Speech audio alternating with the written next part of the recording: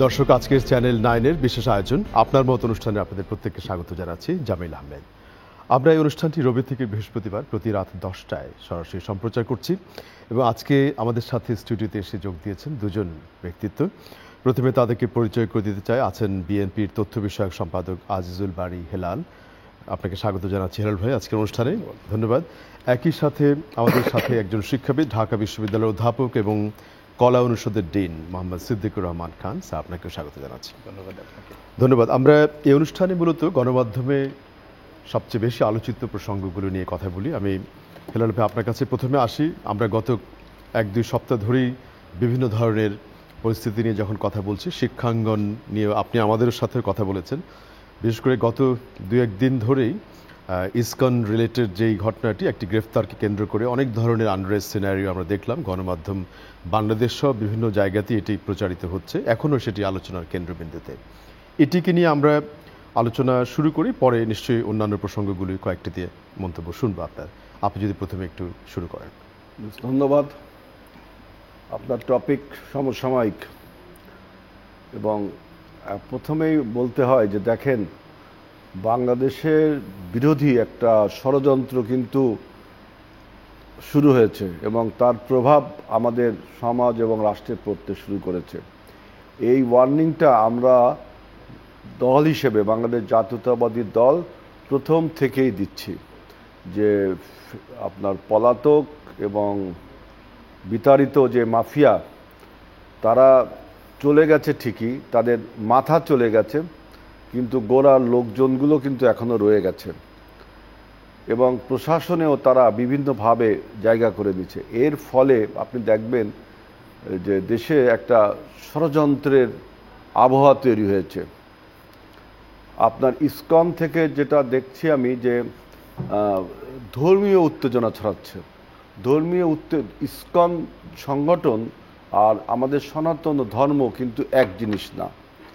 ইসকনের বিশেষ করে যে কার্যক্রম, এই কার্যক্রমকে অবশ্যই এই সন্ত্রাসী কার্যক্রমের মতো মনে হলো। বিশেষ করে এই হাইকোর্টের যে ঘটনা, মানে জজকোর্টের যে ঘটনাটা, চট্টগ্রাম জজকোর্টে একজন আইনজীবীকে প্রকাশ্যে কুপিয়ে মারা হলো, এটা তো একটা সন্ত্রাসবাদিতা ছাড়া আর কিছুই নয়। সুতরাং আপনার এবং এই সংগঠনে যে চিন্ময় দাস, তার বিরুদ্ধে দেশদ্রোহী, গুপ্তচর বৃত্তি এবং ধর্মীয় উত্তেজনা ছড়ানো, এই সমস্ত অভিযোগে অভিযুক্ত এবং এদেরকে আবার দেখেন পার্শ্ববর্তী রাষ্ট্র থেকে বিভিন্ন পার্শ্ববর্তী রাষ্ট্রের মিডিয়াগুলোতে অতিরঞ্জিত করে বলা হচ্ছে যে বাংলাদেশে নাকি আপনার হিন্দু ভাইদের উপরে আক্রমণ করা হচ্ছে, হিন্দু নির্যাতন করা হচ্ছে। আবার ইসকনের এই নেতাকে মুক্তি দেওয়ার জন্য এবং ধরেছে এজন্য তীব্র নিন্দা জানাচ্ছে। এতে হচ্ছে কি, আমরা বুঝতে পারছি যে পলাতক যে মাফিয়া বা পলাতক যে স্বৈরাচার, তাদেরকে যে এতদিন প্যাট্রোনাইজ করেছে আমাদের এই প্রতিবেশী রাষ্ট্র, এই বিবৃতি এবং ইসকনের পক্ষে এই বিবৃতি এবং তাদের রাষ্ট্রেই আমাদের এই বিতাড়িত ফ্যাসিবাদ পালিয়ে রয়েছে, এই সব কিছু মিলে মনে হয় যে আমাদের দেশের যে মাফিয়ারা এখনও রয়ে গেছে তাদের এবং পার্শ্ববর্তী রাষ্ট্রের একটা যৌথ প্রযোজনায় এই ধর্মীয় উত্তেজনাটা শুরু হয়েছে। এটার জন্য গভর্নমেন্ট যে জাতীয় ঐক্যের কথা বিএনপি যেটা আজকে বলেছে, এটা খুবই প্রয়োজন। জাতীয় ঐক্য করে Hindu Muslim, Bangladesh is a land of communal harmony. এরকম সুন্দর একটা সম্প্রীতির দেশ পৃথিবীতে আর দ্বিতীয়টি নেই। ইভেন আমাদের কমিউনাল হারমোনির অবস্থা এত better than Bharat, better than any other. Political পার্টিগুলো একত্রে এসে একটা পলিটিক্যাল ন্যাশনাল কনসেনসাস তৈরি করলে হচ্ছে কি, এবং সমস্ত জাতি ধর্ম বর্ণ নির্বিশেষে সবাই মিলে ঐক্যবদ্ধভাবে এই সমস্যার সমাধান করতে হবে। ধর্মীয় উত্তেজনা ছড়িয়ে বাংলাদেশকে বিভক্ত করা যাবে না। বাংলাদেশ হলো ল্যান্ড অফ কমিউনাল হারমোনি। কিন্তু মূল কথা হলো যে কলেজ বিশ্ববিদ্যালয় কেন এরকম হচ্ছে। কলেজ বিশ্ববিদ্যালয় যেই ছাত্ররা বিরচিত ভূমিকা রেখেছে, সেই ছাত্ররা আবার কেন প্রতিহিংসা পরায়ণ হয়ে উঠছে একটি প্রতিষ্ঠানের পরে আরেকটি প্রতিষ্ঠানের। এই পেছনে কি কথা রয়েছে, এর পেছনের কি গল্প, এটাও কিন্তু গোয়েন্দা সংস্থার বের করা উচিত, সরকারের বের করা উচিত। ওই প্রতিষ্ঠানের যারা প্রধান আছে তাদেরকেও কিন্তু জবাবদিহিতার আওতায় আনা উচিত, যে একটা প্রতিষ্ঠানে যখন ভাঙচুর হলো তখন আরেকটি প্রতিষ্ঠান একদিন বাদ দিয়ে আবার আরেকটি প্রতিষ্ঠানে আক্রমণ করা হলো। এই যে সময়ের ব্যবধানে এটা কেন ঠেকানো গেল না? কেন প্রশাসন, বিশেষ করে কলেজ প্রশাসন, বিশ্ববিদ্যালয় প্রশাসন আমাদের আইন শৃঙ্খলা রক্ষাকারী বাহিনীর সাথে যোগাযোগ করলো না? আইন শৃঙ্খলা রক্ষাকারী বাহিনী কেন এটার সাথে করলো না, আপনার যোগাযোগ করলো না? মানে একটা কনসার্ট এফোর্টের মাধ্যমে কেন আমাদের এই জিনিসটাকে নিবৃত্ত করা গেল না? এবং ছাত্ররা কেন এরকম বৈরী মনোভাব বললো যে সেই প্রসঙ্গটি নিয়ে আমরা কথা বলবো আরো। ধন্যবাদ হেলাল ভাই, আপনি শুরু করলেন। স্যার আপনার কাছে আসি, আপনি শিক্ষাঙ্গনের মানুষ, এই শিক্ষাক্ষেত্রের প্লাস অন্যান্য আনরেস্ট যেই ইসকনের কথাটি নিয়ে আলাপ হলো, এটিকে নিয়ে একটু কথা বলে আমরা অন্য প্রসঙ্গে যাই, আপনার কিছু অ্যানালিসিস যদি যোগ করেন। জামিল ভাই আপনাকে ধন্যবাদ, হেলাল ভাই আছেন এবং দর্শক যারা আছেন প্রত্যেককে শুভেচ্ছা জানাচ্ছি। আসলে আমরা তো একটা রক্তাক্ত অভ্যুত্থানে বহু মানুষের আত্মহুতি, বহু মানুষের পঙ্গুত্ব বরণ, এর মধ্য দিয়ে বাংলাদেশে একটা ফ্যাসিস্ট রেজিমের পতন হয়েছে এবং ফ্যাসিস্ট সরকারের যিনি প্রধান গণহত্যার দায়ে যিনি অভিযুক্ত হয়েছেন অলরেডি, খনি শেখ হাসিনা, তিনি পার্শ্ববর্তী দেশে গিয়ে আশ্রয় নিয়েছেন পলাতক, এবং ডক্টর মোহাম্মদ ইউনূসের নেতৃত্বে যে অন্তর্বর্তীকালীন সরকার প্রতিষ্ঠিত হয়েছে তারা 3 মাস ইতিমধ্যে অতিক্রম করেছে।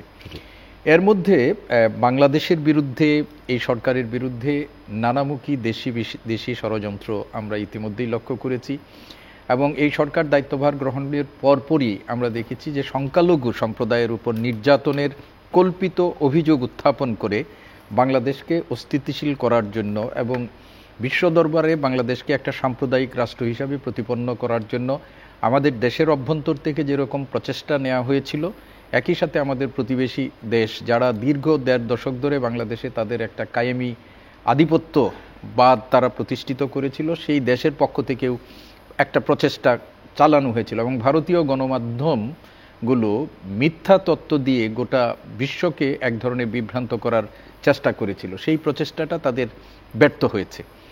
তবে এই প্রচেষ্টাটা ব্যর্থ হলেও তারা এবং দেশের যে সমস্ত স্বৈরাচার এবং ফ্যাসিস্ট সরকারের যারা দোসর আছে তারা প্রতিনিয়ত একটার পর একটা ইস্যু তৈরি করে এই দেশকে অস্থিতিশীল এবং এইটা প্রতিপন্ন করার চেষ্টা করেছে যে এর আগের রেজিমেই বাংলাদেশে শান্তি ছিল, শৃঙ্খলা ছিল, এখন আমরা মনে হয় একটা অশান্তির মধ্যে পড়ে গেছি। এটা প্রতিপন্ন করার একটা পরিকল্পিত অপপ্রয়াস আমরা লক্ষ্য করছি একটার পর একটা। এবং এরই ধারাবাহিকতায় আমি শিক্ষা প্রতিষ্ঠানগুলোর কথা পড়ে আসছি যে গত পরশুদিন যে ইসকনের বহিষ্কৃত নেতা, ইসকন দাবি করছে তাকে বহিষ্কার করা হয়েছে এবং সনাতনী জাগরণ মঞ্চের উনি মুখপাত্র বা প্রধান সমন্বয়ক, তাকে যখন চিন্ময় কৃষ্ণ দাস তাকে যখন গ্রেপ্তার করা হলো, সেই গ্রেপ্তারকে কেন্দ্র করে ঢাকা এবং ঢাকার বাইরে চট্টগ্রাম এবং রংপুর সহ সারা দেশে যে ধরনের কার্যক্রম পরিচালিত হয়েছে এবং চট্টগ্রামে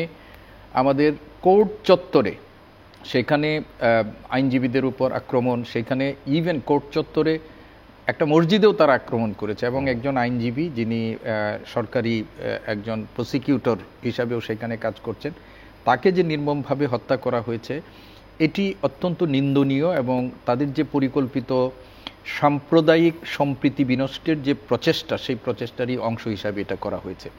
আমি এই দেশবাসীকে ধন্যবাদ দিতে চাই যে এই ঘটনার পরও বাংলাদেশের মানুষ এই ঘটনার প্রতিবাদ জানিয়েছে, সম্মিলিতভাবে প্রতিবাদ জানিয়েছে, কিন্তু এই ঘটনার প্রতিক্রিয়া হিসাবে পাল্টা সাম্প্রদায়িক সম্প্রীতি নষ্ট হয় এই ধরনের কার্যক্রম কিন্তু এখনো হয়নি।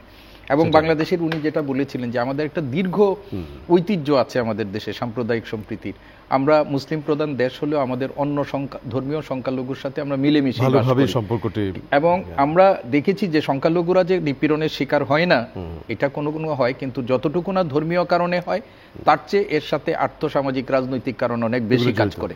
স্যার একটা প্রসঙ্গ যোগ করে, আপনি যে বিভিন্ন পার্শ্ববর্তী দেশের মিডিয়াগুলোর কথা বললেন, অনেকটা এক্সাজারেটেড ভার্সন, কিন্তু যখন আমাদের 2000 ছাত্রছাত্রী সম্প্রতি প্রাণ দিল, এই ইস্যুটা কিন্তু তারা অত হাইলাইট করে প্রচার করেনি। শুধু এটুকু নয়, আপনি দেখেন গত 15 বছরে যে এই যে একটু হেলাল ভাই আমার পাশে বসে আছেন, তাদের রাজনৈতিক দল এবং অন্যান্য বিরোধী রাজনৈতিক দলগুলোর বিরুদ্ধে যে গুম, খুন, বিচার বহির্ভূত হত্যা, সেগুলো তো তারা কোনো প্রতিবাদই করেনি, বরং উল্টো সেই যে সরকার এই ধরনের স্বেচ্ছাচারী মানে ফেসিস্ট রেজিম, তাদেরকে টিকিয়ে রাখার জন্য তারা সব ধরনের আনহোলি অ্যালায়েন্স তৈরি করে সেগুলো তাদেরকে করেছে। সহযোগিতা করেছে। এখন ধরেন ইসকনের নেতা, তিনি একজন ধর্মীয় নেতা হতে পারেন, কিন্তু তিনি যদি রাষ্ট্রের বিরুদ্ধে ষড়যন্ত্র করেন, ধর্মীয় সম্প্রীতি বিনষ্টের জন্য করেন, তো রাষ্ট্র তার বিরুদ্ধে ব্যবস্থা নেবে। এই দেশে ধর্মীয় সম্প্রদায়ের মুসলমানদের বহু আলেমদেরকে আমরা গত 15 বছরে গ্রেপ্তার করতে দেখেছি, এবং আপনি ইসকনের নেতাকে সেইখানে আদালত তাকে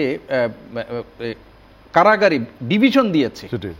ইনি কিন্তু কোনো বিচারই ডিভিশন পাওয়ার মতো অবস্থান নাই, এবং কারাগারে তার ধর্মীয় আচার অনুষ্ঠান যেন তিনি নির্বিঘ্নে পালন করতে পারেন সেই নির্দেশনাও আদালত থেকে দেওয়া হয়েছে। তারপরেও আমরা ভারতের যে প্রতিক্রিয়া দেখেছি, এবং বিজেপি, আপনি দেখেন যে রাজনৈতিক দল বিজেপি সেইখান থেকে তারা আমাদের সীমান্ত অবরোধের হুমকি তারা দিয়েছে। বাংলাদেশের পররাষ্ট্র মন্ত্রণালয় থেকে এটার তীব্র প্রতিবাদ জানানো হয়েছে। আমরা মনে করি যে বাংলাদেশের এই যে একজন অপরাধ সংগঠনের জন্য যে অভিযোগে যাকে গ্রেপ্তার করা হয়েছে, সেই ব্যক্তিকে এটাকে নিয়ে ধর্মীয় নেতা হিসাবে প্রমাণ প্রতিপন্ন করে করে ভারতের যে প্রতিক্রিয়া, একটা সেটা অতিরঞ্জিত নিন্দনীয়। এটা নিন্দনীয়, Right. এবং আমরাও এটার প্রতিবাদ জানাই। পররাষ্ট্র মন্ত্রণালয় আমি থেকেও আপনার কাছে প্রতিবাদ জানানো আরো হয়েছে। অবশ্যই ফিরবো স্যার, অন্য প্রসঙ্গে কথা বলবেন। শেষ করতে চাই, ইসকন থেকে আজকে একটা আচ্ছা। বিবৃতি দিয়েছে। Please বলেন। ইসকন থেকে আজকে একটা বিবৃতি দেওয়া হয়েছে, এবং এই বিবৃতিতে ইসকন বলেছে যে সনাতনী জাগরণ মঞ্চ এই কি বলে চিন্ময় কৃষ্ণদাসকে গ্রেপ্তার করার প্রতিবাদে তারা যে সমস্ত কর্মকাণ্ড পরিচালনা করছে, এর সাথে তাদের কোনো সম্পর্ক নেই। আচ্ছা। আজকে কিন্তু তারা একটা বিবৃতি সেখানে দিয়েছে। Right. এটা আমি একটু এটিকে আপনাকে আপনার যুক্ত জন্য করতে চাইলাম। ধন্যবাদ অবশ্যই। হিলাল ভাই, আপনার কাছে আসি বিশেষ করে যে বিদেশি কিছু মিডিয়া বাংলাদেশের বেশ কিছু ঘটনাকে অতিরঞ্জিতভাবে প্রেজেন্ট করা, যেটি কিছুটা আপনি বলেছেন, স্যারও বলেছেন, কিন্তু যেগুলো আমাদের আসলেই গুরুত্বপূর্ণ ছিল সেগুলোকে তারা এড়িয়ে গেছে। আপনার কিছু অ্যানালিসিস যদি যোগ করেন। দেখেন, এটা তাদের কাজ তারা করেছে। তারা আপনার বাংলাদেশে কি পছন্দ করে আর বাংলাদেশে কি পছন্দ করে না, এটা তারা প্রচার করবে, এই অধিকার তাদের আছে।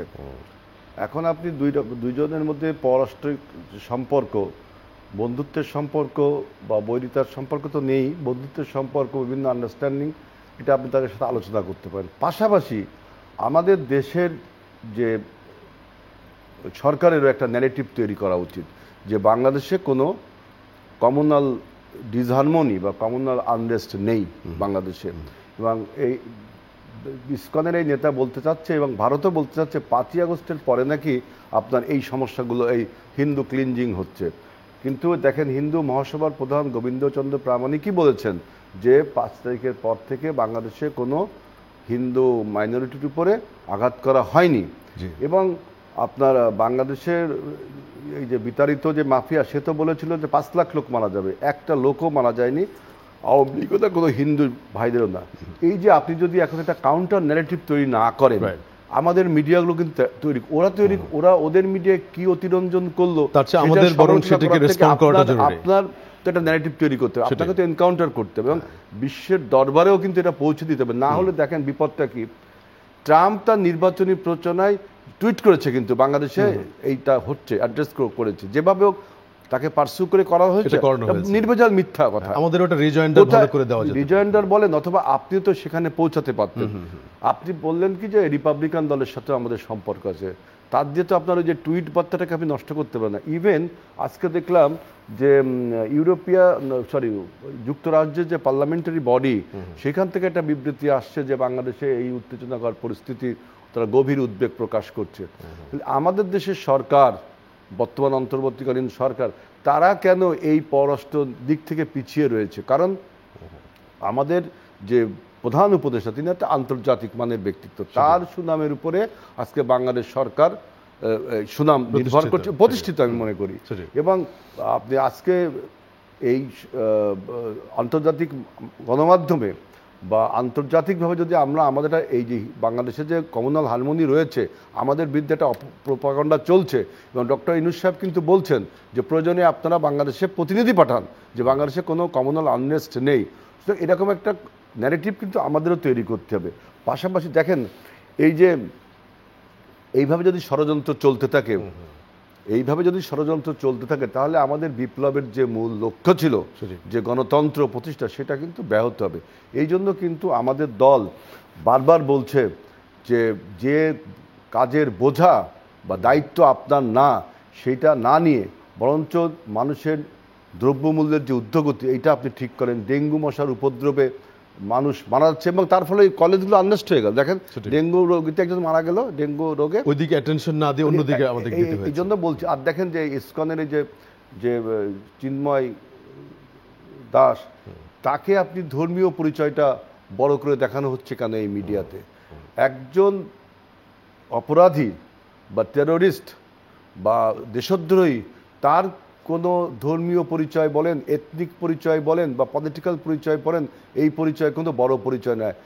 প্রফেসর সিদ্দিক সাহেব যেটা বলতে চাচ্ছিলেন যে বাংলাদেশে গত 17 বছরে আপনার বিভিন্ন আলেম ওলামাদের উপর যখন আপনার এই যে জঙ্গি কত কথা বলা হলো, তারপরে বিভিন্ন ট্যাগ লাগিয়ে দেওয়া হলো, তখন কিন্তু আমরা বলেছি যে অপরাধী সে যেই হোক, তার কোনো ধর্মীয় পরিচয় বা গোত্রীয় পরিচয় বা এথনিক পরিচয় এটা বড় হয়ে উঠবে না। আজকে কেন তাকে ইসকনের এই বহিষ্কৃত নেতাকে কেন ধর্মীয় পরিচয়টা তা বড় করে উঠছে? তার বিরুদ্ধে যে সমস্ত অভিযোগ আছে, এই অভিযোগগুলো কিন্তু সরকারকে প্রমাণ করতে হবে, জনগণের কাছে বলতে হবে এবং আমাদের এই যে বিতাড়িত মাফিয়া শক্তি এবং প্রতিবেশী শক্তির প্রফেসর সিদ্দিক যেটা বলেন যে আনহলি অ্যালায়েন্স বা নেক্সাস, যে এই নেক্সাস এর বিরুদ্ধে আপনাকেও তো একটা ন্যারেটিভ তৈরি করতে হবে। ন্যারেটিভটির জায়গাতেই আমরা একটা স্যারের একটু মতামত নিয়ে বিরতিতে যাব। স্যার, এই যে আমরা কথাটি যেটা দাঁড়াচ্ছে যে মূল ইস্যু থেকে আমরা কিছু সাব ইস্যু বা কম গুরুত্বপূর্ণ ইস্যুতেই আমাদের ন্যারেটিভগুলি স্ট্রংলি প্রেজেন্ট না করার কারণে সেগুলি সেদিকে চলে যায় কিনা, এই আলোচনাতে আপনার অ্যানালিসিস। দেখেন, উনি যেটা বলতে চাচ্ছেন, আমরা এই ছাত্র জনতার গণ অভ্যুত্থানের পর আমাদের দেশের মানুষও চেয়েছিল যে আমাদের যে বিগত পতিত স্বৈরাচারী সরকার, সেই সরকারের শাসনামলে আমাদের সরকার এবং রাষ্ট্র ব্যবস্থায় যে কিছু ধস নেমেছে, কিছু নৈরাজ্যকর পরিস্থিতি তৈরি করেছে, তারা নিজেদের স্বৈরাচারী শাসন ব্যবস্থাকে বহাল রাখার জন্য আমাদের মানে নির্বাহী বিভাগ, বিচার বিভাগ, আমাদের আইন বিভাগ, সেখানে যে তারা যে ধ্বংসটা করেছে এবং একই সাথে আমাদের নির্বাচন ব্যবস্থাটাকে যে ধ্বংস করেছে, সেখানে আমাদের একটা সংস্কার মেরামত করা দরকার। নিঃসন্দেহে এগুলো প্রয়োজন এবং একটা গ্রহণযোগ্য নির্বাচনের জন্য এই জায়গাগুলোকে অ্যাড্রেস করা দরকার। কিন্তু এই সরকার, আমার মনে হয়েছে ব্যক্তিগতভাবে, একটু আগে উনি যে কথাটি বলতে চেয়েছেন যে তারা অনেক বেশি দায়িত্ব নেওয়ার চেষ্টা করছেন। আমি মনে করি যে এই সরকারটা একটা অন্তর্বর্তীকালীন সরকার। অন্তর্বর্তী মানে দুইটা ব্যবস্থার মাঝখানে একটা সমস্যা। একটা হলো যে পতিত স্বৈরাচার হয়েছে, তারা দায়িত্ব নিয়েছেন, একটা নির্বাচিত সরকার আসবে, সেই নির্বাচিত সরকারের মাঝখানে তারা কিছু দায়িত্ব পালন করবেন। এখন এই যে আমাদের বাংলাদেশের, আপনি বলেন যে এই মানুষের অস্বস্তিটা কোন জায়গায়? গত 15 বছরে মানুষ নানা রকমের নিপীড়ন নির্যাতনের শিকার হয়েছে, মানুষের মধ্যে বঞ্চনা আছে, সেই বঞ্চনাগুলোর প্রতিকার মানুষ চাচ্ছে।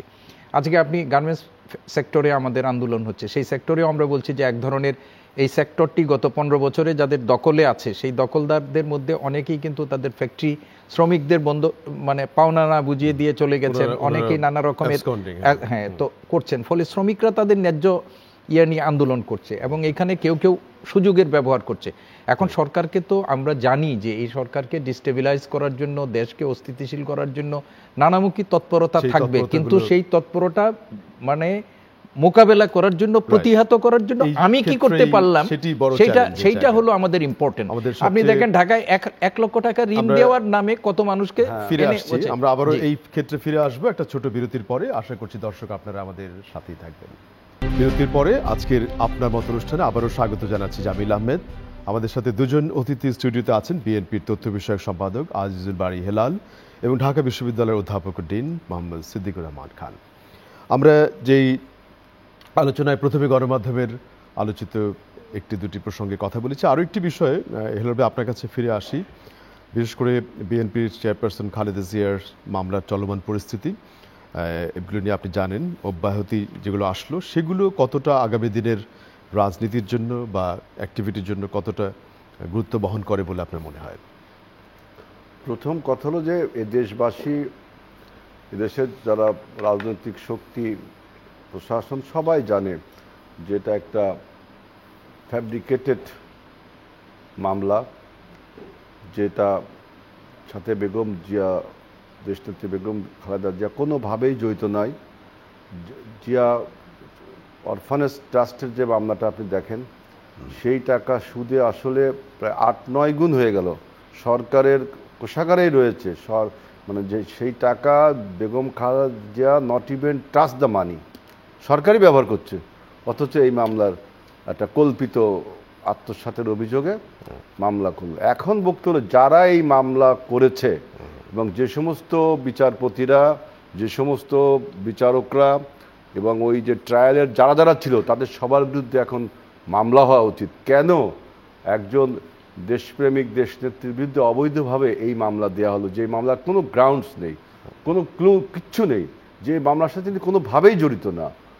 এই জিয়া অরফানেজ, জিয়া চ্যারিটেবল, বড়পুকুরিয়া মামলা, যাতে আমি দেখলাম যে এইসব মামলা যারা করেছে এবং এই মামলা তার বেগম খালেদা জিয়াকে সাজা দেওয়ার জন্য যে সমস্ত আইনজীবী জড়িত ছিল, তাদের সবাইকে খুঁজে বের করে আইনের কাঠগড়ায় দাঁড় করা উচিত। কিভাবে, কেন এইভাবে দেশপ্রেমিক মানুষকে এবং বেগম খালেদা জিয়ার মতো তিনবারের প্রধানমন্ত্রী এবং সবচেয়ে জনপ্রিয় নেত্রী এভাবে মানহানি করা হলো?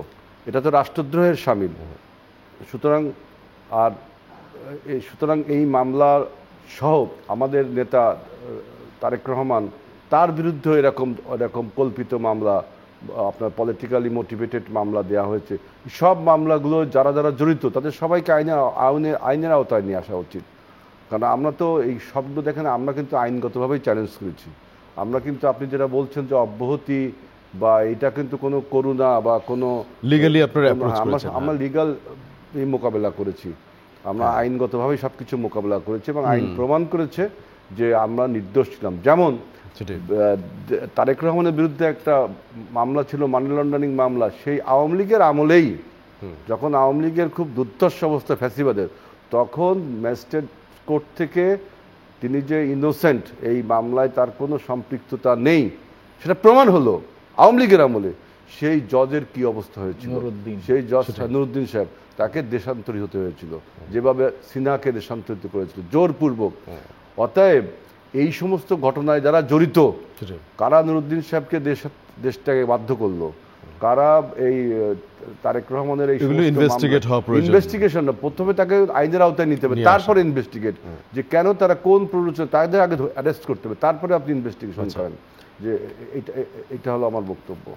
এই ক্ষেত্রে স্যার, বিশেষ করে আমরা এই প্রসঙ্গে আপনার কিছু মতামত নিয়ে আসি, যেটি বলা হচ্ছে যে অনিয়মগুলো যারা করলো আগে প্রথমে অ্যারেস্ট করে তাদেরকে বিচারের আওতায় আনা। আপনার মন্তব্য কি? দেখুন, দেশনেত্রী বেগম খালেদা জিয়া যে রাজনৈতিক প্রতিহিংসার শিকার হয়েছেন, সেটি তো আমাদের সকলেই আমরা জানি। তার সম্পর্কে তাকে যখন ক্যান্টনমেন্টের বাড়ি থেকে বের করে দেওয়া হয়, এবং সেটি যে কি অমানবিকভাবে এবং অমানবিক, সম্প্রতি এই ব্যাপারে ভিডিও ফুটেজ প্রকাশিত হয়েছে, তাকে কিভাবে সেখান থেকে বের করে দেওয়া হয়েছিল। এবং আপনার মনে থাকবে, আমেরিকাতে যে একটা অনুষ্ঠানে আমাদের পলাতক প্রধানমন্ত্রী তিনি বলেছিলেন যে একবার ক্যান্টনমেন্টে তাকে নাকি যেতে বাধা দেওয়া হয়েছিল, সেদিনই তিনি প্রতিজ্ঞা করেছিলেন যে তিনি দেশনেত্রীকে তার বাড়ি থেকে, ক্যান্টনমেন্ট থেকে তিনি বের করে দিবেন, এবং তিনি সেটা বলেছেন গর্বের সাথে, সেটা আমি করে দেখিয়েছি। এবং আপনি দেখেন যে মামলা ব্যাপারে, জিয়া চ্যারিটেবল যে ট্রাস্ট মামলা থেকে আজকে তাকে অব্যাহতি এটাকে মুক্তি দেওয়া হলো, যেটা 7 বছরের তার কারাদণ্ড হয়েছে। বাংলাদেশে তিনি যে কিরকম রাজনৈতিক এবং একটা জুডিশিয়াল ইয়ারও তিনি শিকার হয়েছিলেন, এটা হলো নিম্ন আদালত যে রায় দেয়, আমরা সাধারণত দেখি যে উচ্চ আদালতে যে সেটি কম হয়, কিন্তু দেশনেত্রী বেগম খালেদা জিয়ার ক্ষেত্রে 5 বছরের সাজা উচ্চ আদালতে গিয়ে 10 বছর হয়েছে। এবং এইটি বাংলাদেশের ইতিহাসে একটা অনন্য নজির হয়ে থাকবে যে তার প্রতি কি ধরনের একটা বিদ্বেষপ্রসূত ব্যাপার করা হয়েছিল। এবং শুধু তাই নয়, তিনি এই মামলার ব্যাপারে আমাদের পতিত এবং পলাতক প্রধানমন্ত্রী এবং তার দোসরেরা কথায় কথায় এতিমের টাকা মেরে খেয়েছেন, এই কথা জাতীয় সংসদ থেকে শুরু করে সেইখানে সব জায়গায় তারা এই ধরনের একটা বলছে। এবং তাকে এই মামলায় ফেলে রাজনৈতিকভাবে তাকে রাজনৈতিক কেরিয়ার নষ্ট করার জন্য আপনারা দেখেছিলেন যে রাষ্ট্রপতির কাছে ক্ষমা প্রার্থনা করে তাকে মুক্ত করার করেছেন। কিন্তু দেশনেত্রী 1982 থেকে 90 পর্যন্ত এরশাদের বিরুদ্ধে গণতন্ত্র পুনরুদ্ধার আন্দোলনের সময় যেভাবে তিনি ছিলেন, সেনা সমর্থিত তত্ত্বাবধায়ক সরকারের আমলে শেখ হাসিনা যখন দেশ ছেড়ে চলে গেলেন তখন তিনি যান নাই এবং তিনি বলেছেন এই দেশ আমার।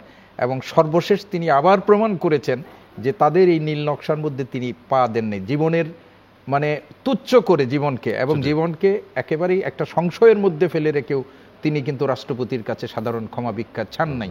এবং আজকে সেটি তিনি ন্যায় বিচার পেয়েছেন বলেই আমরা মনে করি। এবং এই বেগম খালেদা জিয়ার একটা মামলা আপনারা জানেন যে উনি নির্বাচন করতে পারবে কি করতে পারবে না, এই রায়টা দিয়ে যে তিনি করতে পারবেন, আজকের যিনি প্রধান বিচারপতি ছিলেন তিনি তখন হাইকোর্ট ডিভিশনের বিচারপতি, তিনি বিভক্ত রায়ে তিনি দিয়ে তার জীবনে তিনি হাইকোর্ট থেকে অ্যাপিলিয়েট ডিভিশনে পর্যন্ত যেতে পারেন নাই।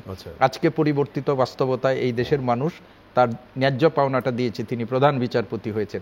তো পদে পদে খালেদা জিয়াকে এই যে আমরা বলেছিলাম যে জুডিশিয়ারিটাও নষ্ট করে দিয়েছে যেভাবে, এইটাও ওনাকে করেছেন এটা। এবং বড় প্রক্রিয়ার আপনি দেখেন শেখ হাসিনার বিরুদ্ধে মামলা কিন্তু স্কোয়াশ হয়েছিল, ওনার বিরুদ্ধে এত মামলা। এবং একটু আগে উনি যেটি বলেছেন যে ওনারা আইনি প্রক্রিয়ার মধ্য দিয়ে লড়াই করেছেন।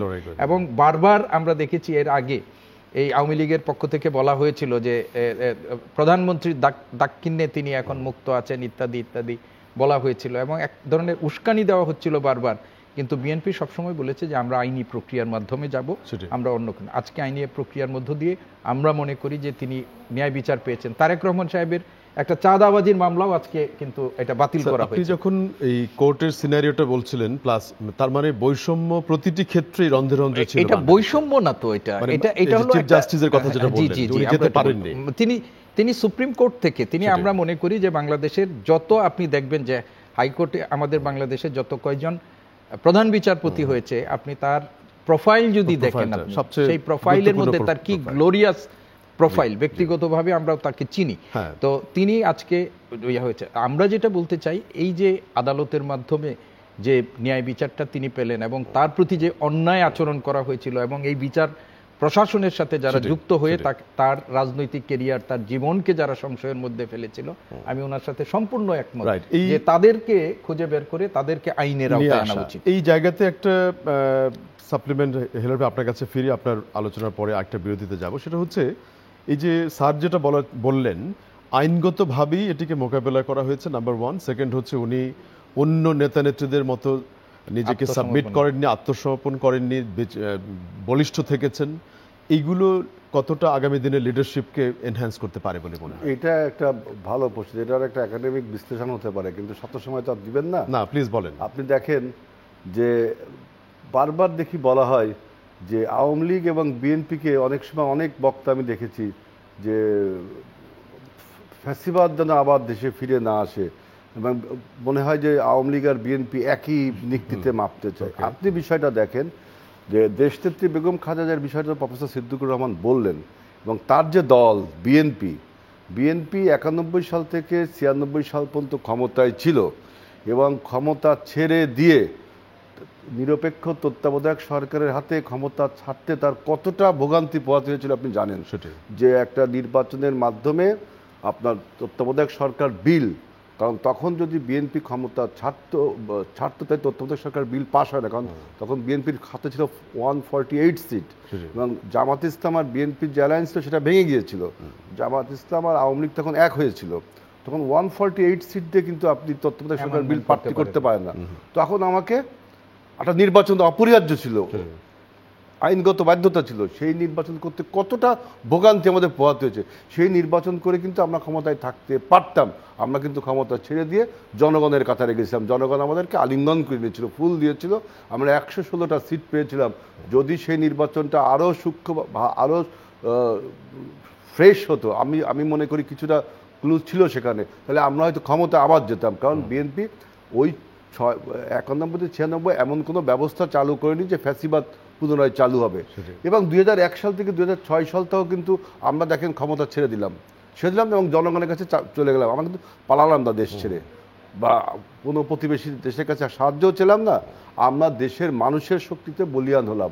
সুতরাং আমাদের এই যে আপনার ফ্যাসিবাদ হওয়ার কোন চরিত্র গত 2টা টার্মে আপনি দেখেননি যে বিএনপি তার মানে এটিকে যে ফ্রেমিং করা জনগণের হচ্ছে, সাথে ফ্রেন্ডলি আচরণ করছে, জনগণ যেটি আউটগোয়িং গভর্নমেন্ট বলা হচ্ছে আবার নতুন করে ফ্যাসিবাদ, এটিকে আলটিমেটলি একটু না অতিরঞ্জিত দেখেন করে এই বলা কথাটা হচ্ছে। অতিরঞ্জন এই কারণে যে দেখেন যে বাংলাদেশে এখন যে আপনার আমরা যে ওয়ার্নিংগুলো আমি বক্তৃতার শুরুতে বলছিলাম, যে ওয়ার্নিংগুলো আমরা দিচ্ছিলাম যে ষড়যন্ত্র ধেয়ে আসছে, ষড়যন্ত্রকারীরা যেহেতু বিতাড়িত করতে পারেননি, সেটি। আপনি শুধু ষড়যন্ত্রকারীদের মাথা বিতরণ করেছেন, কিন্তু শেকড় লেজ তো রয়ে রয়ে গেছে। গেছে। হ্যাঁ। সুতরাং আপনি 3 মাসের মাথায় সব বেরিয়ে পড়লো যে কিভাবে বাংলাদেশ বিরোধী ষড়যন্ত্র হচ্ছে। আমরা যখন ডিসি নিয়োগ হয় তখনও কিন্তু বলেছিলাম যে এই স্বৈরাচারের মানে দোসররা কিন্তু বিভিন্ন জেলায় ডিসি নিয়োগ হচ্ছে, বিভিন্ন নিয়োগ বিশ্ববিদ্যালয় থেকে শুরু করে আমরা এগুলো বলেছিলাম।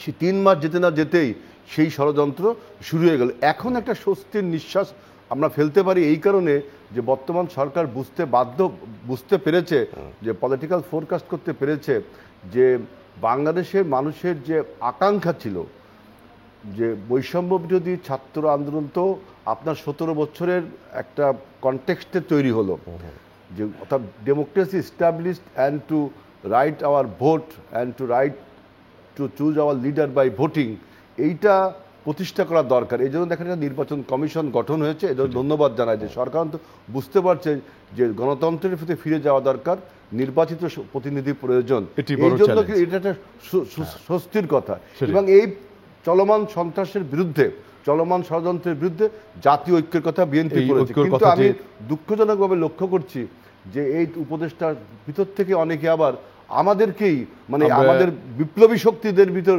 অন্য কথাতে যাচ্ছেন, ফিঙ্গার সেটি। পয়েন্টিং করছে Right. যে এই আমি আবারও ফিরে আসছি হেলাল ভাই, এইটা কিন্তু কন্টিনিউ করব এই আমরা। ঐক্য ধরে রাখতে হবে, সেটি, ঐক্যের চ্যালেঞ্জটি- ভিতরে অনৈক্য তৈরি করা যাবে না। আমরা আবারও ফিরে এসে বাকি কথাগুলো আলাপ করব এবং দর্শক আশা করছি আপনারা আমাদের সাথেই থাকবেন। আজকের অনুষ্ঠানে সর্বশেষ বিরতির পরে আরও একবার স্বাগত জানাচ্ছি জামিল আহমেদ। আমাদের সাথে দুজন অতিথি স্টুডিওতে আছেন, বিএনপির তথ্য বিষয়ক সম্পাদক আজিজুল বাড়ি হেলাল এবং ঢাকা বিশ্ববিদ্যালয়ের অধ্যাপক এবং ডিন মোহাম্মদ সিদ্দিকুর রহমান খান। আমরা মূলত এই রাউন্ডে আজকের আলোচনাটিকে একটু র্যাপ আপ করতে চাই, বিশেষ করে আগামী দিনের কিছু বাস্তবতা এবং চ্যালেঞ্জ যেগুলো কিছুটা হেলাল ভাই আপনি বলেছেন। তারপরেও যেহেতু এই সরকার একটা 100 দিন পার করার পরেও আরও কিছুদিন আমরা গেল, মানুষের মধ্যে বিভিন্ন ধরনের আপডেট জানার আগ্রহ আছে যে কমিশনগুলো যেগুলি গঠিত হলো সেগুলি কি কাজ করছে বা নির্বাচনমুখী ইনিশিয়েটিভ কতটুকু, সেগুলো নিয়ে মানুষ সবসময় গণমাধ্যম থেকে জানতে চায়। আপনার কিছু সাবমিশন এক্ষেত্রে কি হতে পারে? আমার বক্তব্য হলো, দেখেন যে সংস্কার কমিশনগুলো করেছে, সেই সংস্কার কমিশনগুলো যে আপনার ক্রিয়াশীল অন্যান্য রাজনৈতিক দলগুলোর কাছে ডায়লগ করছে, যে ডায়লগ না করে তাদের মতামত চাচ্ছে। যেমন আমরা ওই যে সংবিধান সংস্কার কমিটির কাছে আমরা 22 দফা সংস্কার প্রস্তাব দিয়েছি, 62 দফা 62টা মানে সংশোধন প্রস্তাব দিয়েছি। মানে সংবিধান পুনর্লেখন আর যে সংশোধনের যে আপনার বাইনারি কনফিউশন তৈরি হয়েছিল সেটার থেকে মুক্তির জন্য আমরা 62টি সংশোধন প্রস্তাব দিয়েছি। আবার নির্বাচন কমিশন আমি দেখলাম সংস্কার যে কমিশন তারা প্রস্তাব চাচ্ছে বিভিন্ন দলের কাছে। এখন আমরা যে প্রস্তাবটা দিলাম সেই প্রস্তাবটা কিভাবে মেটালাইজেশন হবে সেটাও বললো, দেখলাম যে প্রধান উপদেষ্টার কাছে যাবে, তবে কমন যেটা সেটা করা হবে, সেটা আমাদের নির্বাচনী ম্যানিফেস্টো তৈরি করতে হবে। আমার বক্তব্য হলো যে আমরা যে সংস্কার প্রস্তাবগুলো দিব সেগুলো কি আপনারা পড়ে দেখবেন কিনা, সেটার প্রমাণ কি? আপনি সেখানে সংস্কার প্রস্তাব দিলাম, কিন্তু আপনি কি বাইলেটেরিয়াল কথা বলতে পারছেন না, দুই পক্ষের সাথে কথা বলতে পারেন না, মানে একটা ডায়লগ হতে পারে না, কথা বলা হতে পারে না। সংস্কার কমিশনগুলো কিন্তু আমাদের সাথে বৈঠক করছে না, আমাদের সাথে উপদেষ্টা পরিষদের বৈঠক হচ্ছে, কিন্তু রাজনৈতিক দলগুলোর সাথে এই কমিশনগুলোর বৈঠক হচ্ছে না। কমিশনগুলো আমাদের কাছে প্রস্তাব চাচ্ছে, মানে আমরা চিঠি দিয়ে তাদের জানাবো, এইটা আমার কাছে ভালো মনে হয়নি। সংস্কার কমিশনগুলো কিন্তু আমাদের সাথে বসতে পারতো, আমাদের প্রতিনিধিদের সাথে বসতে পারতো যে কী কী বিষয়, তাহলে এটা আপনার আরো ভালো হতো। এখন বক্তব্য হলো যে দেখেন বঞ্চিত মানুষের 17 বছরের একটা ক্ষোভ রয়েছে। এই যে দেখেন না যে এই সরকার 5ই আগস্টের পরে বা 8ই আগস্টের যে সরকার, এই সরকারের কাছে মনে হচ্ছে যে দাবি দেওয়ার শহরে পরিণত হয়েছে, প্রতিদিনই একটা নতুন নতুন দাবি। এই দাবিগুলো অমূলক তা বলছি না, কারণ 17 অনেক দিনের বছর ক্ষোভ এইভাবে বঞ্চিত বঞ্চিত, ছিল। হ্যাঁ। কিন্তু এই অন্তর্বর্তী সরকারের কাছে চাওয়া নিরর্থক আমি মনে করি, কারণ তারা তো রুটিন দায়িত্ব পালন করছে, নিত্যদিনের দায়িত্ব পালন করছে। আপনার এখন এই বঞ্চিত মানুষের ক্ষোভকে কাজে লাগাচ্ছে কে? 17 বছরের ক্ষোভ, কিন্তু এই 3 মাসের ক্ষোভ না, এদের 17 বছরের ক্ষোভ। এদের কাজে লাগাচ্ছে কে? কাজে লাগাচ্ছে এই দেশে যে সমস্ত ষড়যন্ত্রকারীরা বসে আছে, অর্থাৎ বিতাড়িত এবং পতিত সরকারের যে সমস্ত দোসররা বসে আছে, তারা এটাকে কাজে লাগাচ্ছে। সুতরাং বর্তমান অন্তর্বর্তীকালীন সরকারকে বুঝতে হবে যে এই বিতাড়িত এবং মাফিয়ারা কোথায় কোথায় লুকিয়ে রয়েছে, এবং এদেরকে মোকাবেলা করতে হলে অবশ্যই আইনের কাঠগড়ায় দাঁড় করাতে হবে, প্রত্যেকে গ্রেফতার করতে হবে। যারা পালিয়ে গেল দেশ ছেড়ে, কিভাবে পালালো, সবাইকে পালিয়ে যেতে দেওয়া হলো কেন, তাই না? সব কিছু দেখতে হবে। তারপরে যে এই যে আপনার আমাদের দেশের মানুষকে ঐক্যবদ্ধ করার বদলে কে মাস্টার মাইন্ড এই 17 বছরের আন্দোলনে, এখানেও একটা দুইটা ভাগ করা হচ্ছে। 17 বছরের কনটেক্সট যেটা, যে প্রেক্ষাপটে আন্দোলন তৈরি হয়েছিল, তার থেকে আলাদা করা হচ্ছে 34 দিনকে, দুনিয়া কাঁপানো 34 দিন আমি বলি এটাকে। এবং এই 34 দিন যারা বিদ্রোহ বিপ্লবে ছিল, 17 বছরের সাথে যুক্ত হয়েছে, এরা হলো এই 17 বছরের বিপ্লবের সন্তান। আমি এদের এইভাবে সম্মানিত করতে চাই। এখানে একটা দ্বিপদী সমস্যা করা হয় যে তারপরে আপনি দেখেন যে বলা হচ্ছে যে ছাত্ররাই আমাকে ক্ষমতায় বসিয়েছে। এইগুলো কিন্তু বিপ্লবী শক্তিকে মধ্যে ভেদাভেদ তৈরি করে। এবং ফাইনালি আমি দেখলাম যে একজন উপদেষ্টা বলল যে এই সমস্ত যে অস্থিরতা বা ষড়যন্ত্র, এর মধ্যে নাকি আপনার বিপ্লবী শক্তির ডান বাম পক্ষ নাকি আছে। এটা তো মারাত্মক ভয়ানক কথাবার্তা। এটা তো আমাদের ঐক্য বিনষ্ট হবে। এই মুহূর্তে আপনি আপনার বিতাড়িত মাফিয়া প্রতিবেশী রাষ্ট্রে পালিয়েছে, সেই প্রতিবেশী রাষ্ট্র সমস্ত আন্তর্জাতিক আইন ভঙ্গ করে তাকে একজন গণহত্যার আসামিকে আশ্রয় দিয়েছে। এই নেক্সাসটাকে আপনি মোকাবেলা করবেন ঐক্যবদ্ধ হবে। জাতীয় ঐক্য যেখানে প্রয়োজন সেখানে ঐক্যের কথা যখন বলছিলেন, সেক্ষেত্রে অনেকেই জাতীয় সরকারের কথাও বলছে। আমরা তো অনেকেই, কেন বিএনপি সবার আগে বলছে, বিএনপি বলছে আফটার দ্য ইলেকশন আপনার যেই হারুক যেই জিতুক, আমরা যারা বিপ্লবে অংশগ্রহণ করছি আমরা সবাইকে নিয়ে একটি জাতীয় ঐক্যের সরকার করবে। তো বিএনপি প্রথম বলেছে, অনেকেই বলবে কেন। এখন বর্তমান যে তত্ত্বাবধায়ক অন্তর্বর্তীকালীন সরকার আছে, ডক্টর ইউনূসের নেতৃত্বে, তিনি একজন বিশ্বমানের নেতা, মানসম্পন্ন ব্যক্তি, রাজনৈতিক কোনো ব্যাকগ্রাউন্ড না থাকলেও তার যে অন্য অন্য কোয়ালিটিজের উপরে আমাদের সরকারের অ্যাচিভমেন্টগুলো আছে নির্ভর করে। এই সরকারের যারা উপদেষ্টা আছে তাদেরকে এই গণতন্ত্র প্রতিষ্ঠার সংগ্রামে এবং একটি সুষ্ঠু নির্বাচন প্রতিষ্ঠার সংগ্রামে এগিয়ে আসতে হবে। অন্য কোনো সংস্কার প্রস্তাব যেগুলো আপনি দিচ্ছেন, আমরা তো বললাম যে গণতন্ত্রকে এবং নির্বাচনকে এগিয়ে নেওয়ার জন্য এইসব সংস্কার তো আমরাই একত্রিত হওয়ার প্রস্তাব দিয়েছি, তাই না? এই জন্য বলছি যে আমাদের নিজেদের মধ্যে অনৈক্য করা যাবে না। সবাই এই মুহূর্তে সন্দিক্ষণের মধ্যে রয়েছে। আমাদের ঐক্যবদ্ধভাবে মোকাবেলা করতে হবে, গণতন্ত্রকেও প্রতিষ্ঠা করতে হবে। এই জায়গাতে স্যার আপনার কাছে ফিরে আসি। বিশেষ করে বড় চ্যালেঞ্জ হচ্ছে ঐক্য যাতে বিনষ্ট না হয়, আর দ্বিতীয় হচ্ছে নির্বাচনমুখী সংস্কারগুলোকে আগে করা। দেখেন, আজকে বিএনপির ভারপ্রাপ্ত চেয়ারম্যান জনাব তারেক রহমান তিনি একটা বিবৃতি, আমরা এইখানে বসেই আমি দেখলাম, সেই বিবৃতিতে তিনি যেটি বলেছেন যে বাংলাদেশের যে উদ্ভূত পরিস্থিতিতে সেইখানে অন্তর্বর্তীকালীন সরকারকে ধৈর্য ধরে, মানে আমরা জনগণের প্রতি উনি আহ্বান জানিয়েছেন যে তাদেরকে সময় দেওয়া এবং ধৈর্য ধারণ করার জন্য। আমি মনে করি যে আমি প্রথম আলোতে একটা উপসম্পাদকীয় দেখেছি, সেই উপসম্পাদকীয় লেখাটার মধ্যে আসছে যে আওয়ামী লীগ যেন বিএনপি থেকে শিক্ষা নেয়, এবং সেইখানে মূল বক্তব্যটা হলো যে এই 5ই আগস্টের পর বিএনপির ভারপ্রাপ্ত চেয়ারম্যান সহ বিএনপির নেতৃবৃন্দের যে পরিশীলিত মানে বক্তব্য, ভূমিকা, তাদের যে কর্মসূচি, সেইগুলোর বিপরীতে আওয়ামী লীগের নেতাদের কি কর্মকাণ্ড একটা তুলনামূলক দিয়ে যে তারাও যেন বিএনপি থেকে শিক্ষা নেয়, এই ধরনের একটা লেখা আছে।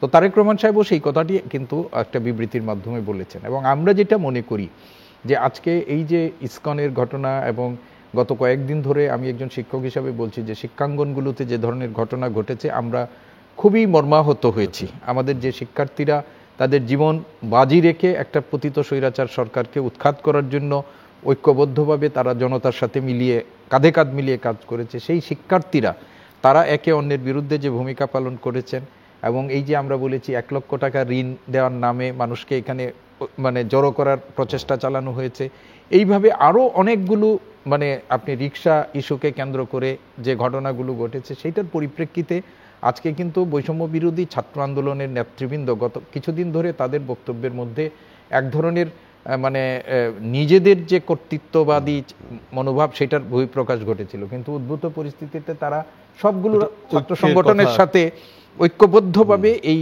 পরিস্থিতি মোকাবেলার জন্য তারা আবার হচ্ছে, এটা তাদের উপলব্ধিটা হয়েছে, আমি এটাকে সাধুবাদ জানাই। বাংলাদেশে আপনি ধরেন ডক্টর মোহাম্মদ ইউনূসকে বৈষম্য বিরোধী ছাত্র আন্দোলনের নেতারা তাকে নিযুক্ত করেছেন, কিন্তু যে সরকারটি গঠন করা হয়েছে সেই সরকার গঠনের জন্য ক্যান্টনমেন্টের যে প্রথম বৈঠকটা হয়েছিল সেখানে কিন্তু সব রাজনৈতিক দলের নেতাদেরকে আহ্বান করা হয়েছিল এবং সেইখানে বৈষম্য বিরোধী ছাত্র আন্দোলনের প্রতিনিধিরাও ছিলেন। তো ফলে এই সরকার গঠনে এই ফ্যাসিস্ট রেজিমের পতনের ক্ষেত্রে আমাদের দেশের ছাত্ররা যেরকম সামনে থেকে অগ্রসেনানীর ভূমিকা পালন করেছে, এই দেশের সাধারণ মানুষ, রাজনৈতিক দল সবাই কিন্তু নিজেদের অবস্থান থেকে ভূমিকা রেখেছে এবং একটা সকলের সম্মিলিত প্রয়াসের ফলেই এই যে দানবীয় সরকার আমাদের উপর বসেছিল সেটাকে বিতাড়িত করার। এখন এই দানবীয় সরকারের যারা প্রেতাত্মারা আমাদের এই দেশকে অস্থিতিশীল করার চেষ্টা করেছে, সেইখানে যদি আমাদের ঐক্যের মধ্যে বিন্দুমাত্র যদি অনৈক্যের হয় তাহলে সুবিধাটা তারা ভোগ করবে। এইটা দেশের সাধারণ মানুষ যারা এই জীবন দিয়েছে, সেই জীবনদানকারী পরিবারের সদস্যরা এবং আমরা যারা দেশকে ভালোবাসি, এটা আমরা কোনোভাবেই গ্রহণ করতে পারি না। এবং আমরা যারা এই দেশ পরিচালনা করছেন অন্তর্বর্তীকালীন সরকার, আজকে বিএনপির একটা প্রতিনিধি দলের সাথে মির্জা ফখরুল ইসলাম আলমগীরের নেতৃত্বে প্রধান উপদেষ্টার সাথে বৈঠক হয়েছে। এই যে সংস্কার কমিশন, তারা স্টেক হোল্ডারদের সাথে কথা বলছে। আমাকে একজন রাজনৈতিক দলের একজন নেতা একদিন বলেছিলেন যে তারা তো আমাদের কাছে মতামত চেয়েছে, একটু আগে যেটা বলেছেন যে ইমেল করেছেন, তাতে তারা অনেকটাই আহত বোধ করেছেন। আবার সরকারের পক্ষ থেকে আবার ওইখান থেকে বলা হচ্ছে যে আমরা অন্য স্টেক হোল্ডারদের সাথে কথা বলছি, কিন্তু আমাদের রিপোর্ট উপস্থাপিত হওয়ার পর রাজনৈতিক দলগুলোর সাথে সমঝোতামূলক আলোচনা সেটা করবে সরকার।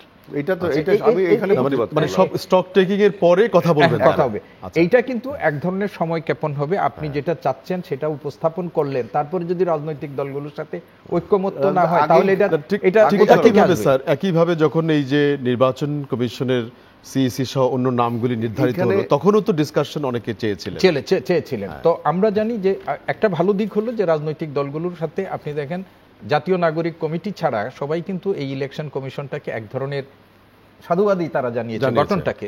আবার নাগরিক কমিটি এটার বিরোধিতা করেছে, তারা মনে করেছে যে রাজনৈতিক দলগুলোর সাথে সরকার এক ধরনের আপোষ করে এই কাজটি তারা সম্পাদন করেছে। এই ক্ষেত্রে হেলাল ভাই কিছু সাপ্লিমেন্ট করতে চাচ্ছিলেন। আমার সাপ্লিমেন্টটা হলো কি যে আমি যে কথাটা বলতে চাচ্ছি এখানে, যে দেখেন যে বাক স্বাধীনতা আমাদের দেশ থেকে হারিয়ে গিয়েছিল, মানুষের কথা বলার অধিকার হারিয়ে গিয়েছিল, জবাবদিহিতার জায়গাটা নষ্ট, সেটা আমাদের এই ছাত্র ভাইয়েরা আমাদের 17 বছরের আন্দোলন সংগ্রামের পটভূমিতে দাঁড়িয়ে সেটা তারা পূরণ করলো। এখন আমি বুঝতে পারছি না সেই বাক স্বাধীনতাকে ধ্বংস করার জন্য কেন পত্রিকা অফিসগুলো আটক করা হচ্ছে। আমি বিশেষ করে প্রথম আলো এবং ডেইলি স্টারের সামনে এত পত্রিকা থাকতে এই দুইটা অফিস কিন্তু তাকে অ্যাটাক করতে হবে। আর এই দুইটা পত্রিকা অফিসের অ্যাটাক কেন হচ্ছে, এই বিষয়টা কিন্তু আমি মনে করি যে তদন্ত করা উচিত, যে কেন অ্যাটাক হচ্ছে, কারা অ্যাটাক করছে। কিছুদিন পরপরই হয় কেন, আরো তো পত্রিকা আছে, আজকে আপনাদের মহাসচিব ওইটা খুব আরো তো পত্রিকা আছে, প্রথম আলো এবং ডেইলি স্টারের উপরে কেন মানুষের এত ক্ষোভ, আমি তো এটা বুঝলাম না। সুতরাং এই জিনিসটা আপনার তদন্ত হওয়া উচিত বা আপনার মানুষকে জানানো উচিত। আর কেন বাক স্বাধীনতাকে, যে স্বাধীনতাকে আমরা হারিয়ে ফেলেছিলাম, সেই স্বাধীনতার উপর আবার কেন আঘাত করা হচ্ছে, কোন ষড়যন্ত্র থেকে, এবং এই দুটো পত্রিকায় কেন? এই জায়গাতে এই যে রিসেন্ট কতগুলো ডিসিশন, যেমন স্যারও বলছিলেন ইলেকশন কমিশনের ক্ষেত্রেও নাম প্রস্তাবিত হয়েছে, পরে ঘোষণা হলো, এগুলো নিয়েও কি পলিটিক্যাল পার্টির সাথে ইন্টারঅ্যাক্টিভ ডায়ালগ হতে পারে? আমি তো সেটা বললাম, দেখেন এই যে সংস্কার কমিশন আমাদের কাছে প্রথমে প্রস্তাব চাচ্ছে, যেটা প্রফেসর সিদ্দিক বলে ইমেল করছি, আমরা প্রস্তাব করছি, এইটা কেন? আমাদের সাথে সরাসরি প্রথমে কথা বললে সমস্যাটা কি? সংস্কার কমিশন কথা বলতে পারবে না, কথা বলবে উপদেষ্টা পরিষদ, এই ব্যত্যয় কেন? এইটা হলো আমার প্রশ্ন। তাহলে তো আরো সুন্দর হয়। অতীতে সংস্কার কমিশন তো কথা বলেছে, রাজনৈতিক দলগুলোর সাথে ওপেন সংলাপ হয়েছে, তো এরকম 111 এর সময় তো অনেক কমিশন হয়েছে। আমি তো এটা বলছি যে 111 এর সময়ে যে সংস্কারের কথাবার্তা বলে মানুষকে বিভ্রান্তিতে ফেলে একটি 17 বছরের ফ্যাসিবাদ আমাদের উপর চাপিয়ে দেওয়া হয়েছিল।